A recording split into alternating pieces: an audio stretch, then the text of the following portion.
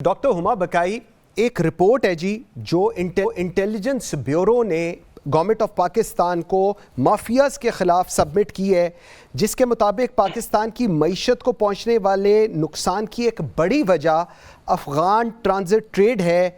गंदम हो, चीनी हो, डॉलर हो, खाद हो, सीमेंट हो, सब गैर कानूनी तरीके से अफ़गानिस्तान स्मगल हो रहा है। 300 अरब की स्मगलिंग हो रही है। ये मैं नहीं कह रहा, ये पाकिस्तान की इंटेलिजेंस एजेंसी की रिपोर्ट है जी। देखिए, मुझे भी इस वक्त जब आपसे पहले मैं बात कर रही थी, मैं भी थोड़ी सी इमोशनल हुई। जो मेरे साथ साथी पैनलिस्ट हैं, सब में एक एलिमेंट ऑफ इमोशन था। लेकिन देखिए, इस वक्त अब हमें इससे आगे निकल आए ना। हालात ऐसे हैं कि पाकिस्तान, अल्लाह माफ़ करे, गिर रहा है। रियासत टूट रही है, फ्रेगमेंट हो रही है, मसाइल खड़े हो रहे हैं। अब इन रिपोर्ट्स आने का कोई मुझे वजह समझ में नहीं आती। आपके दोनों पैनलिस्ट ने, जो खासे वेल इन्फॉर्म्ड हैं, मुझसे बहुत ज़्यादा वेल इन्फॉर्म्ड हैं, कैटेगोरिकली इस बात की तरफ इशारा किया कि जी ये बात, इसके लिए इंटेलिजेंस रिपोर्ट की ज़रूरत नहीं है। ठीक, ये बात बच्चे बच्चे को पता है। आपने पूरा बॉर्डर फेंस किया है, बहुत, it's one of the most difficult borders in the world. बिल्कुल ऐसे। फिर भी आपने उसकी फेंसिंग की है, बावजूद इसके कि उसमें जब आप फेंसिंग कर रहे थे तो वहां आपकी शहादतें हुई। किसके हाथ में है जी बॉर्डर मैनेजमेंट? कैसे ये स्मगलिंग हो रही है और इसकी खबर पता किसी को नहीं है? और आपको इंटेलिजेंस रिपोर्ट चाहिए इसके हवाले से कि इतना वहां पे जा रहा है? और भी बहुत चीजें चाहती हैं जी, जिस पे सवाल उठना चाहिए। और वहां से दहशतगर्द आते हैं। ट्रू। और उसके हवाले से भी मुझे तो किसी इंटेलिजेंस रिपोर्ट की ज़रूरत नहीं है।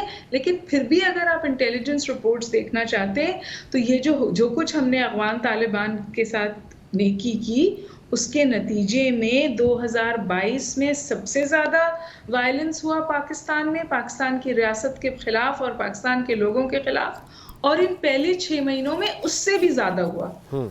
ना आपको आर्मी पब्लिक स्कूल भी भूला है, ना मुझे भूला है। सही। और रोज जो शहादतें होती हैं वो भी मैं और आप देख रहे हैं। देखिए, इस वक्त बात ये नहीं है कि हमें पता नहीं है कि मसला क्या है। क्या आपको पता नहीं है कि पीआईए बीमार है? क्या आपको पता नहीं है कि स्टील मिल जो है वो बीमार है? और हमारे दीगर इदारे जो हैं वो लिटरली वो इदारे, अल्लाह माफ करे, जोंक बन गए पाकिस्तान की मईशत के लिए।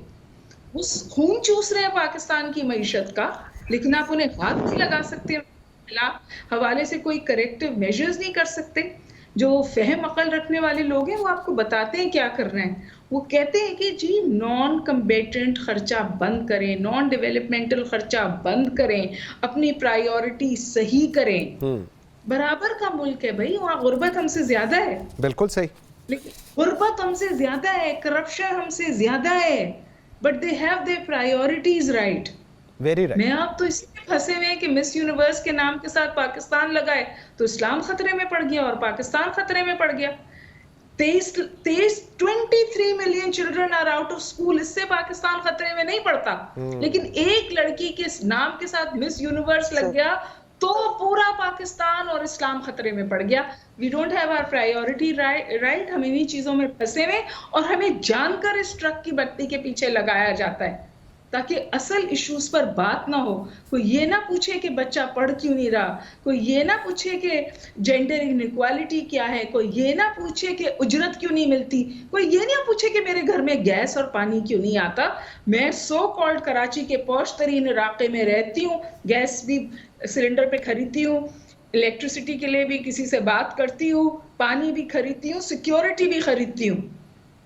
तो जो बेचारे ये सब नहीं अफोर्ड कर सकते, हम जब मुझे और आपको अपनी जिंदगी की बेसिक नेसेसिटीज के लिए पैसे खर्च करना है तो किस मुंह से ये रियासत कहती है कि टैक्स दो? बिल्कुल सही। और फिर टैक्स भी कौन दे?